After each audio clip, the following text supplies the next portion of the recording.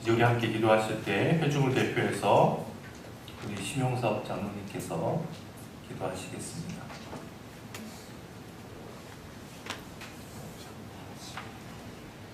하나님 아버지, 본격적인 여름이 시작되는 7월이었습니다. 더운 날씨에도 이렇게 수요예배를 드릴 수 있게 인도해 주심을 감사드립니다. 하나님, 우리가 생활하면서 알게 모르게 지은 모든 죄들을 이 시간 회개합니다. 용서하여 주시옵소서.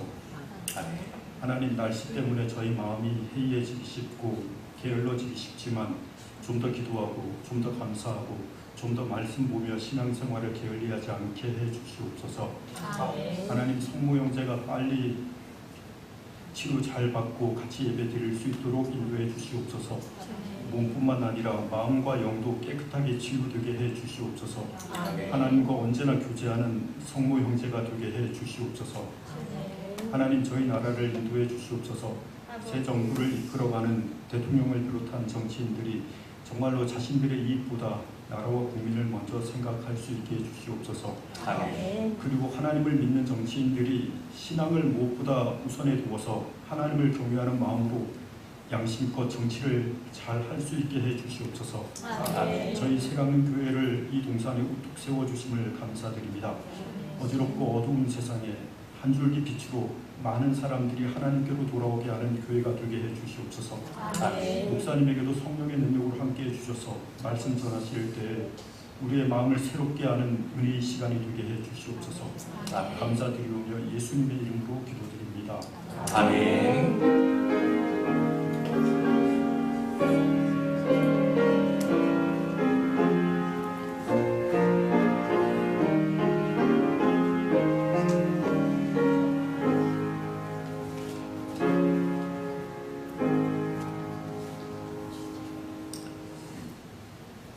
오늘 하나님께서 우리에게 주시는 말씀입니다. 창세기 17장 9절로 14절 말씀, 창세기 17장 9절로 14절 말씀 함께 읽어보겠습니다. 시작. 또 아브라함에게 이르시되 그런즉 너는 내 언약을 지키고 내 후손도 대대로 지키라. 너희 중 남자는 다 할례를 받으라. 이것이 나와 너희와 너의 후손 사이에 지킬 내 언약이니라. 너희는 포피를 베어라. 이것이 나와 너희 사이의 언약의 표징이니라. 너희의 대대로 모든 남자는 집에서 난 자나 또는 너의 자손이 아니라 이방 사람에게서 돈으로 산 자를 막론하고 난 지 8일 만에 할례를 받을 것이라. 너희 집에서 난 자든지 너희 돈으로 산 자든지 할례를 받아야 하리니 내 언약이 너의 살에 있어 영원한 언약이 되려니와 할례를 받지 아니한 남자 곧 그 포피와 되지 아니한 자는 백성 중에서 끊어지리니 그가 내 언약을 배반하였음이니라. 아멘. 여러분, 창세기 17장은 아브라함의 나이 몇 세 때의 이야기라고 했습니까? 몇 세 때 얘기죠? 1절이 어떻게 시작을 해요? 아브라함 나이 99세 때잖아요. 예. 아브라함 나이 99세 때의 일을 창세기 17장은 우리에게 전해주고 있습니다. 아브라함 나이 99세 때라면 아브라함이 아내 사레의 여종 하갈을 첩으로 삼아서 서자 이스마엘을 먼저 낳은 지 13년째가 되는 날이라고 할 수가 되는 해라고 할 수 있죠. 아브라함과 사레와의 나이 차이는 몇 살이에요? 10살 차이죠. 따라서 아브라함이 99세라면 사레는 몇 살입니까? 89세가 되는 것이죠. 아브라함은 하나님께서 너의 몸에서 너의 후사, 씨가 태어날 것이다 라고 말씀하셨지만 그것이 자기 몸과 아내의 몸을 함께 지칭하는 것이라고는 상상치도 않았습니다. 그래서 그저 13년 전에 태어난 서자인 이스마엘이나 하나님 앞에서 잘 키웠으면 좋겠다 이런 생각으로 하루하루를 살아갈 때였습니다. 그때 하나님께서 아브라함에게 나타나셔서 말씀하시죠. 나는 전능한 하나님이라. 나는 전능한 하나님이라. 전능한 하나님이라. 이 말, 전능한 하나님이란 말의 히브리 말이 뭐예요? 엘 샤다이. 다 같이 엘 샤다이. 엘은 뭐예요? 하나님. 샤다이는 전능하다. 근데 전능하다란 말도 있고 또 어떤 의미가 또 있다고 했습니까? 충분하다. 또한 충족하다. 여러분, 어떻게 하나님께서 전능하실 수 있을까요? 하나님께는 모든 것이 충분하시기 때문에 전능하실 수밖에 없잖아요. 하나님께는 모든 것이 충족하고도 남기 때문에 하나님은 전능하실 수밖에 없습니다. 여러분, 그렇습니다. 우리 하나님은 모든 것에 충분한 분이십니다. 충족한 분이십니다. 자, 충분하시고 충족하신 전능하신 엘샤다이 하나님께서 또 말씀하셨어요. 너는 내 앞에서 행하여 완전하라. 여기서 행하라는 이 말은 어떤 의미라고 했어요? 걸어가다라는 의미라고 했죠. 여러분, 우리가 하나님 앞에서 걸어가면 하나님은 우리의 백그라운드가 되신다 그랬잖아요.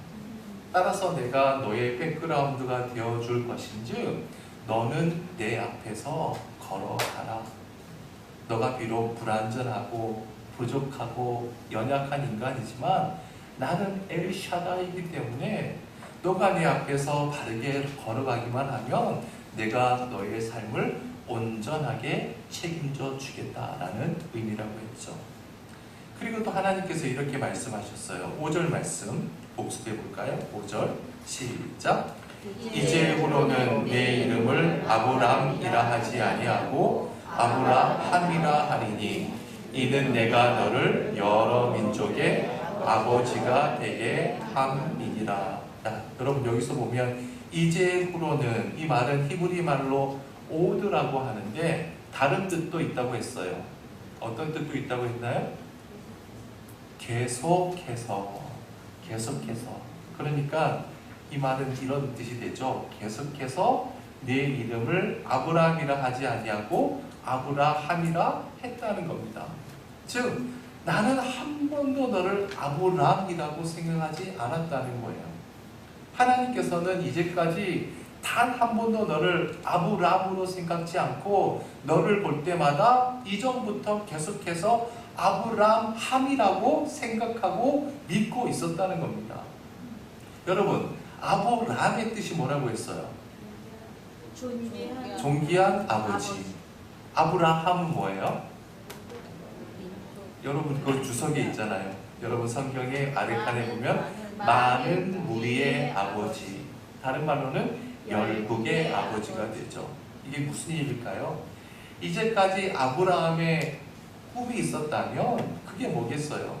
정실 부인을 통해서 낳은 아들은 아니지만 서자인 이스마엘을 잘 키워서 자기 유산 물려주고 그 아들을 통해서 내가 존귀함을 받고 그 아들도 존귀한 인생이 되게 하는 것, 그것이 아브라함에게 남은 유일한 꿈 아니겠습니까?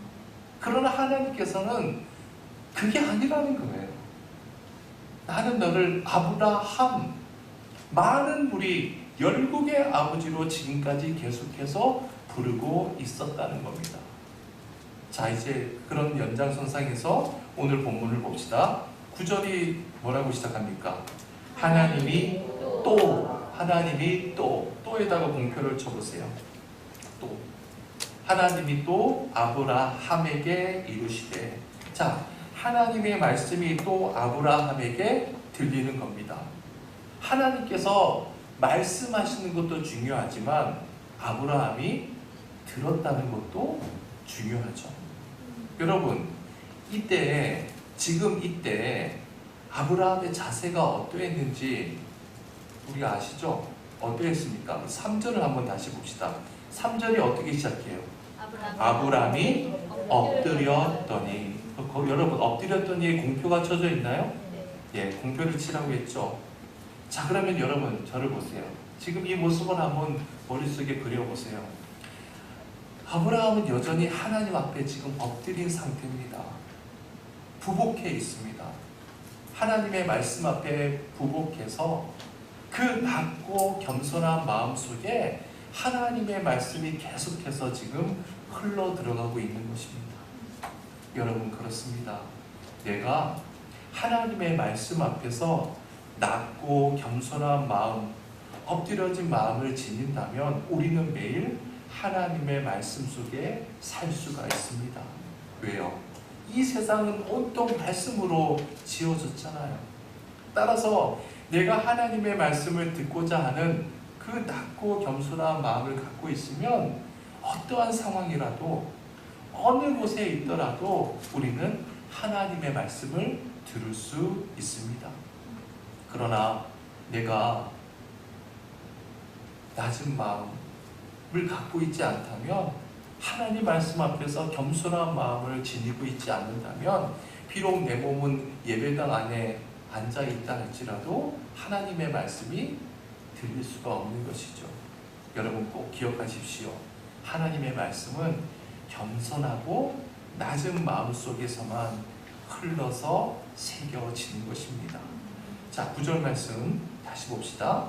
하나님이 또 아브라함에게 이르시되 그런즉 너는 내 언약을 지키고, 거기다 밑줄을 한번 그어볼까요? 너는 내 언약을 지키고, 너는 내 언약을 지키고. 여러분 여기서 강조하는 게 뭘까요? 너는 내, 즉 너와 나를 강조하고 있는 것이죠. 너와 나, 나와 너. 여러분 하나님은 우리에게 어떤 분인지 아세요? 준서가, 아무개야, 내가 누구인지 아니? 준서가, 나는 너의 하나님이야. 이렇게 우리에게 다가오십니다. 그리고 우리를 어떻게 부르세요? 세상의 직함으로 부르시는 거 아닙니다. 너, 준서가, 우리의 이름을 불러주시는 겁니다. 이처럼 하나님께서는 나와 너, 즉 개인적인 관계를 갖기를 원하십니다. 따라서 내가 하나님과 개인적인 관계를 맺기 시작한다면 하나님의 말씀, 하나님의 언약을 지키지 않을 수가 없겠죠. 자, 계속해서 말씀하십니다. 내 후손도 대대로 지키라. 여러분 아직까지 아브라함의 적자, 아브라함과 사라 사이에서는 자식이 태어나지 않았습니다. 아브라함의 정통적인 후손은 태어나지 않았어요. 그런데 그 후손들을 가리켜서 하나님께서 명령형으로 지금 말씀하고 있습니다. 내 후손도 대대로 지키라. 이게 무슨 말씀인가요? 아브라함에게 너의 후손으로 하여금 나의 언약을 지키도록 하라는 거예요. 바꾸어 말씀드리면 어떤 의미일까요? 너는 믿음의 조상이 되라는 것이죠. 여러분 지난 시간에도 말씀드렸듯이 하나님께서는 우리 한 개인을 부르는 것 같지만 실은 우리와 관련된 공동체를 부르시는 것이라고 했죠. 그래서 아브라함 한 사람을 불러내실 때 태어나지도 않은 그 후손, 그 공동체를 동시에 불러내고 계신 겁니다. 그렇다면 왜 하나님께서 우리를, 저와 여러분을 먼저 불러내시는 걸까요? 왜 나에게 먼저 하나님께서 은총을 베풀어 주시는 겁니까? 나를 통해서 불러내실 그 공동체를 위한 믿음의 본이 되라는 것이죠. 다른 말로 믿음의 조상이 되라는 겁니다. 여러분, 저와 여러분 모두가 바로 믿음의 본이 되라고, 믿음의 조상이 되라고 불러주셨다는 거예요.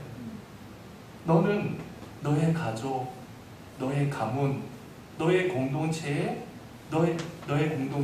믿음의 조상, 믿음의 본이 되거라 라고 지금 말씀하고 있는 거예요.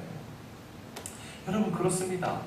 내가 하나님의 말씀 앞에 바르게 서면, 내가 내 가족들 앞에서 믿음의 본이 되면 하나님의 약속의 말씀이 우리의 가정 속에서 내 가문 속에서, 내 공동체 속에서 성취된다는 거예요. 지금 그 말씀을 하고 있는 겁니다. 자, 10절과 11절을 계속해서 읽어볼까요? 시작. 너희 중 남자는 다 할례를 받으라. 이것이 나와 너희와 너의 후손 사이에 지킬 내 언약이니라.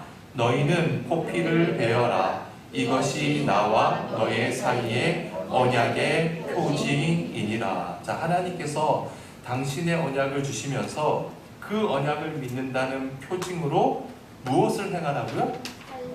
할례를 행하라는 겁니다. 다 같이 할례. 여러분, 할례라고 하는 게 뭐예요? 남자의 생식기의 표피를 잘라내는 거죠. 요즘 용어로 하면 뭐예요? 무슨 수술이에요? 포경 수술을 의미합니다. 자, 12절 말씀 시작. 너희의 대대로 모든 남자는 집에서 난 자는 너희 자손이 아니라 이방 사람에게서 돈으로 산 자를 막론하고 8일 만에 할례를 받을 것이라. 자, 너의 자손, 즉 너의 피를 이어받은 혈육뿐만이 아니라 혈육을 타고나지 않은 돈을 주고 산 종이라 할지라도 노예라 할지라도 너의 집에 있는 모든 권속들 가운데 모든 남자는 다 할례를 받아야 한다. 그것이 바로 언약의 표징이 된다는 거예요. 그러면 여러분, 여자는 할례를 받지 않잖아요. 그럼 여자는 어떻게 되는 걸까요? 여자는 그럼 언약의 표징에서 제외되는 건가요? 그렇지 않죠. 여러 차례 말씀드렸지만 하나님께서는 남자와 여자를 별개의 존재로 보고 있지 않잖아요. 한 몸으로 보고 계세요. 창세기 2장 24절 말씀 봅시다. 창세기 2장 24절 시작. 이러므로 남자가 합하여 둘이 한 몸을 이룰지로다. 하나님께서는 언제나 남자와 아내를 한 몸으로 보세요. 따라서 여자가 결혼을 하면 할례 받은 남자와 한 몸을 이루기 때문에 그 역시 할례의 언약의 표징을 갖게 되는 것이죠. 자, 그런데 할례를 며칠 만에 받으라고 하죠? 난지 8일 만에 할례를 받으라는 겁니다. 여기서 태어난 지 8일이라고 하는 것은 8일이 지나서 9일째 되는 날 받으라는 말이 아니라 8일째 되는 날 받으라는 거예요. 여러분, 저를 보세요. 여러분, 고대 시대에 아주 옛날이죠. 아주 옛날 근동 지역에 할례를 행하는 사람들이 있었을까요? 없었을까요? 있었을까요? 없었을까요? 있었습니다. 있었어요. 아브라함 당시에도 여러 민족들 가운데 할례를 자신들의 민족 의식으로 생각하고 할례를 행하는 민족, 부족들 많이 있었습니다. 이스라엘만 유일한 게 아니에요. 그런데 할례 의식을 갖고 있는 어떤 민족이든지 할례를 행하는 시기는요, 대개 남자가 사춘기에 이르렀거나 성인이 된 다음에 할례를 행했다고 해요. 이렇게 생후 8일 만에 할례를 행하는 경우는 없었어요. 특별히 난지 8일 만에 할례를 행하는 민족은 유대민족밖에 없었다는 겁니다. 그 이유는 하나님께서 그렇게 명령하신 거예요. 8일째에 할례를 행하라는 겁니다. 자, 그러면 여러분, 왜 하나님께서 8일째 되는 날 할례를 행하라고 명령하셨는가? 지난 2000년 교회의 역사들을 통해서 우리 믿음의 선배들은 이렇게 해석을 했어요. 전통적인 견해는 먼저 두 가지인데요. 우선 성경을 봅시다. 성경을 통해서 하나님이 명령했는데 레위기 12장 2절 3절입니다. 읽어볼까요? 시작. 이스라엘 자손에게 말하여 이르라. 여인이 임신하여 남자를 낳으면 그는 이래 동안 부정하리니 곧 월경할 때와 같이 부정할 것이며 8째 날에는 그 아이의 포피를 뵐 것이요. 자, 이게 무슨 말일까요? 산모가 산의 아이를 낳으면 산모의 부정이 1차적으로 며칠 동안 계속된다고 말씀하세요? 7일 동안 계속된다는 겁니다. 그리고 7일 만에 1차 부정이 끝나요. 그래서 8째 되는 날, 그 부정이 끝난 날 새로운 마음으로 할례를 시행했다는 겁니다. 같이 읽어볼까요? 제가 써놓은 거 시작.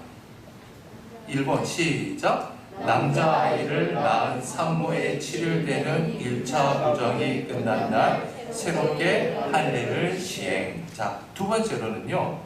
여러분 7일이라는 숫자는 어때요? 일주일이잖아요. 그죠? 한 주간이에요. 즉, 옛 한 주간이 지난 뒤에 새롭게 한 주간이 시작될 때 할례를 시행하는 것으로 생각을 한 겁니다. 자, 두 번째 시작. 7일이라고 하는 한 주가 끝나고 새로운 한 주를 시작하는 날 할례를 시행. 자, 여러분 이 두 가지 어느 쪽이든 새로운 출발의 의미로 이해를 했던 거예요. 우리 신앙의 선배들이. 그래서 8일째일 것이다. 이것이 두 가지 모두 다 성서에 근간을 두고 있는 것이죠.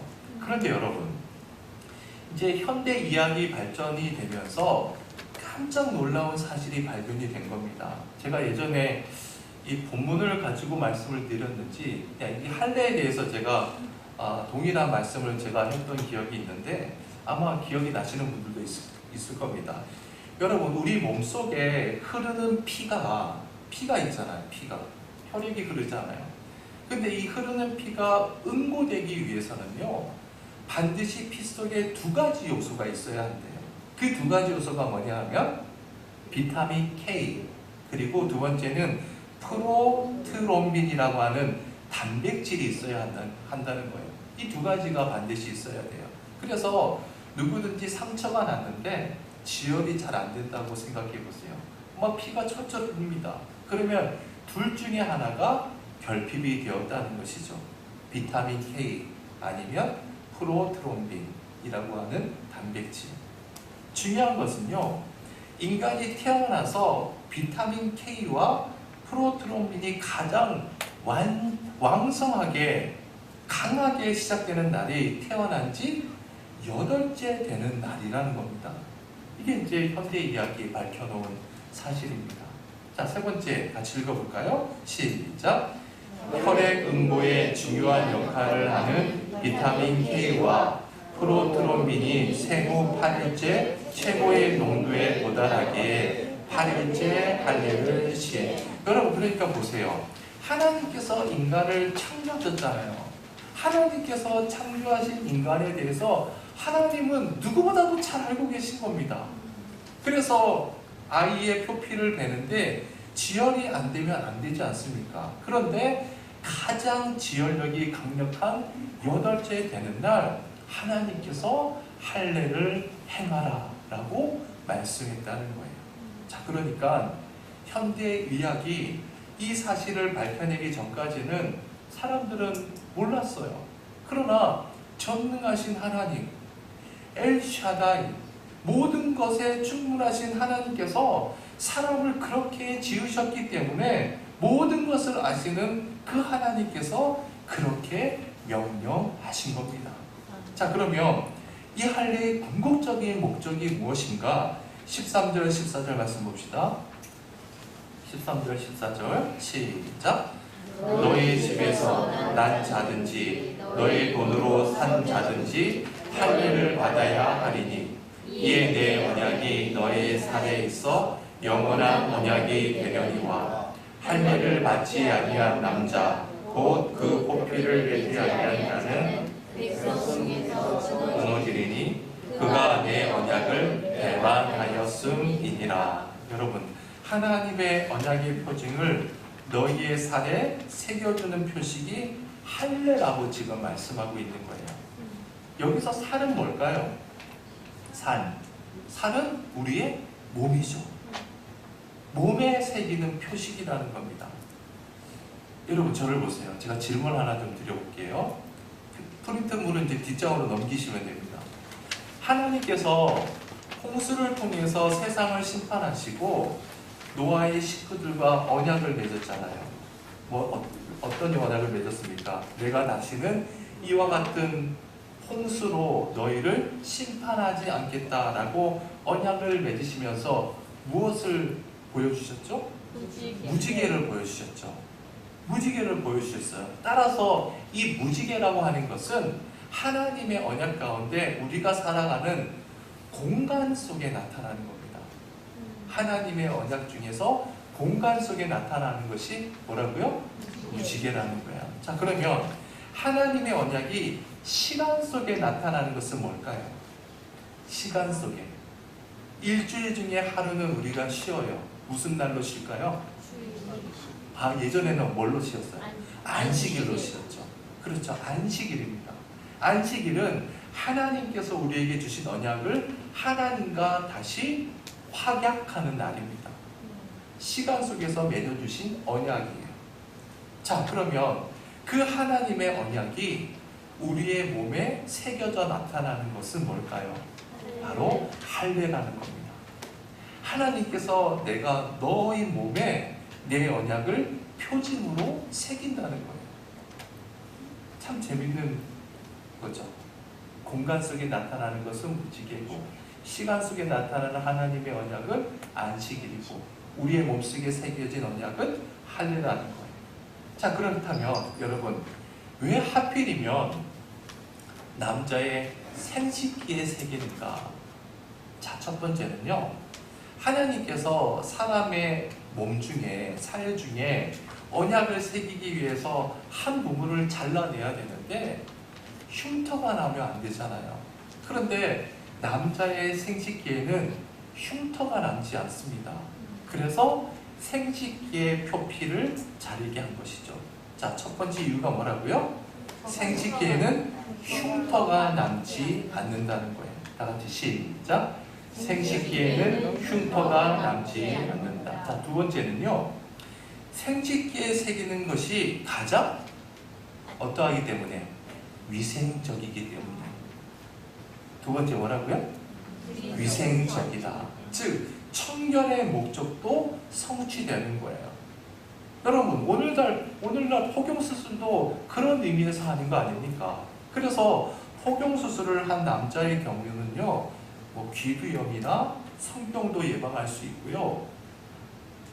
남자에게 생기는 암 중에서 음경암이 있는데 포경수술을 한 사람에게는 음경암이 걸릴 확률이 거의 없다고 합니다. 그런 위생적인 이유가 있는 것이죠. 자, 세 번째는 여러분, 남자의 생식기는 뭐의 상징일까요? 그렇죠. 생명의 상징입니다.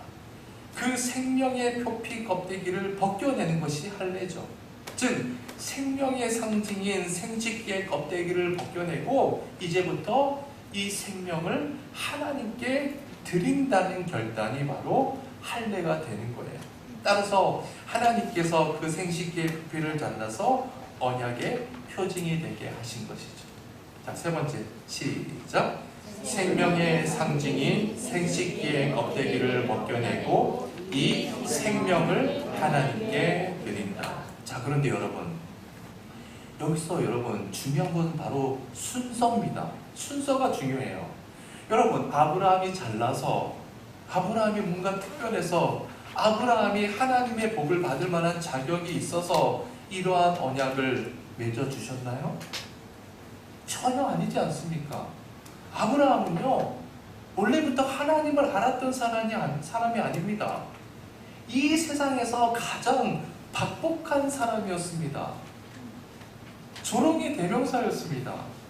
부족하고 연약하기 짝이 없는 인간이었는데 하나님께서 그를 먼저 찾아와 주시고 당신의 언약을 맺어주시고 당신의 일방적인 은총을 그냥 베풀어 주신 거예요. 그 은총의 표징으로 할례를 행하게 된 겁니다. 그런데 여러분, 세월이 지나다 보니까 이 순서가 뒤바뀌어 버렸어요.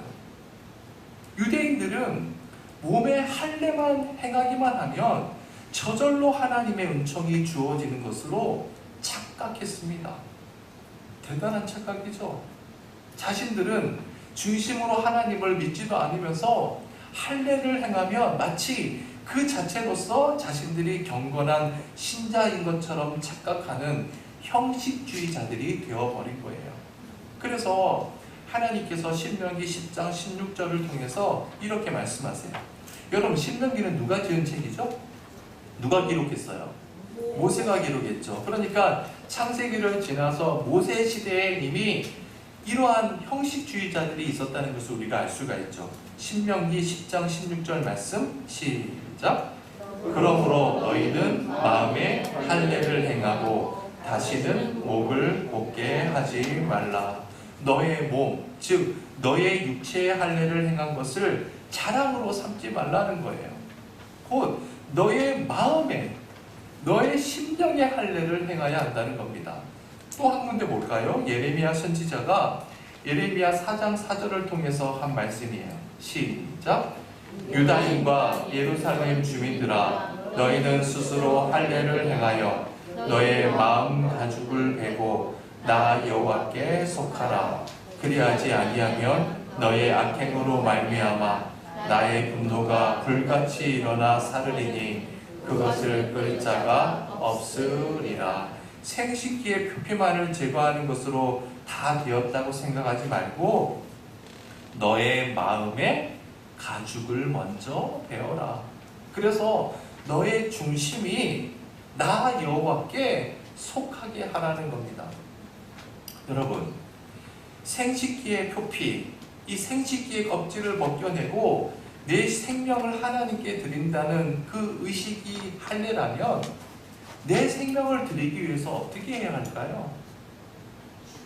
내 중심을 먼저 드려야 하잖아요. 그렇지 않습니까? 그 결과 내 생명, 내 몸이 따라가는 건 아니겠어요? 여러분, 일전에 우리가 사도신경을 함께 주일날 묵상하면서 우리말 번역은 우리가 요즘 사도신경 어떻게 고백해요? 처음에 나는 전능하신 아버지 하나님 천지의 잘 모르세요? 나는 전능하신 아버지 하나님 천지의 창조주를 믿습니다. 예전에 했던 그 사도신경도 비슷해요. 전능하사 천지를 만드신 하나님 아버지를 내가 믿사오며. 그러니까 이 믿는다는 말이 제일 뒤에 나오잖아요. 그런데 라틴어 원문에는 크레도 인 데움 이렇게 시작이 된다고 했어요. 근데 여러분, 제가 프린트에 적어놨죠? 크레도, 다 같이 크레도. 여러분, 크레도라는 말 기억나세요? 네. 뜻이 뭐라고 했어요? 예? 심장을 아니, 심장은 하여튼 이제 분해를 해야지만 되고, 크레도라는 말 자체의 뜻이 뭐예요? 믿습니다예요. 다 같이 믿습니다. 예. 믿습니다라는 말이 그러니까 사도신경이 제일 먼저 나오는 거예요.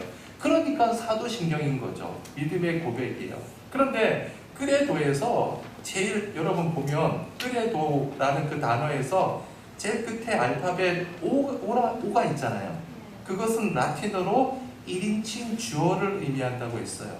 따라서 라틴어로 되어 있는 사도신경의 그 본래 의미를 살려서 고백하면 크레도는 뜻이 뭐예요? 믿습니다, 내가 라는 뜻이죠. 믿습니다, 내가.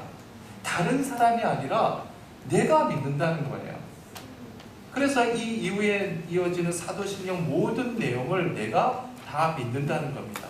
자, 그러면 이 크레도라는 동사를 더 깊이 분석해 보면 크레도에서 앞에 크레, 여기 영어 알파벳처럼 생긴 CRE, 크레는 어떤 뜻이라고 했어요?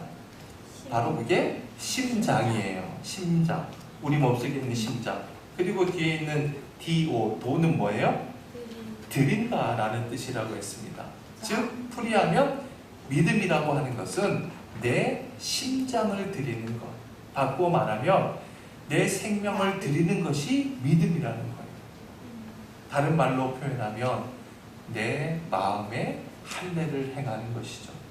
내 심장을 드리기 때문에 내 삶도 내 육체도 다 주님께 드릴 수 있는 것이죠. 그래서 그 외식하는 이스라엘 백성들, 형식주의자들에게 너의 마음의 표피를 먼저 베어내어라. 그리고 너희들의 중심을 하나님께 드리라고 경고하셨던 겁니다. 자, 말씀을 정리하겠습니다. 사랑하는 여러분, 우리 모두 마음의 할례를 행합시다. 그동안 헛된 욕망, 허망한 삶을 살았던 모든 것을 미련 없이 번져버립시다. 육체적인 삶을 살던 우리의 생명의 껍데기, 그 표피를 오늘 이 시간에 다 벗어 던지시길 주님의 이름으로 축원해 드립니다. 그때 이 세상이 아무리 험하고 우리의 삶이 아무리 공고해도 아브라함을 믿음의 조상으로 세워주신 그 엘샤다이 전능하신 하나님께서, 충분하신 하나님께서 저와 여러분을 반드시 존귀하게 세워주시리라 믿습니다. 기도합시다. 사랑의 하나님, 이 시간 나는 하나님을 그래도 내 심장을 드리는 심정으로 믿습니다. 내 마음에 할례를 행하는 믿음으로 하나님을 믿습니다. 그 믿음 변치 않도록 우리를 단단히 붙들어 주시옵소서. 때로는 공고한 삶이 우리를 힘들게 하고 지치게 하고 넘어지게 할지라도 오직 전능하신 엘샤다이 하나님만을 백그라운드로 삼고 하나님 앞을 믿음으로 걸어가는 저희들 모두가 될 수 있도록 인도하여 주옵소서. 우리의 생명 되신 예수님의 이름으로 기도드립니다. 아멘. 213장 함께 찬양 드립시다.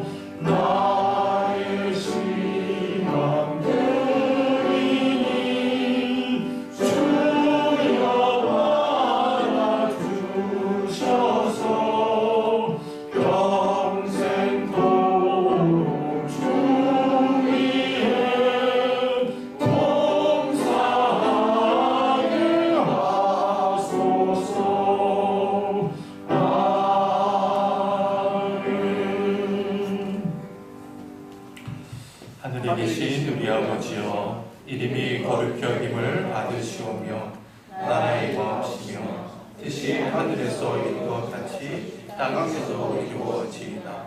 오늘날 우리에게 일용할 양식을 주옵시고 우리가 우리에게 죄 지은 자를 사하여 준 것 같이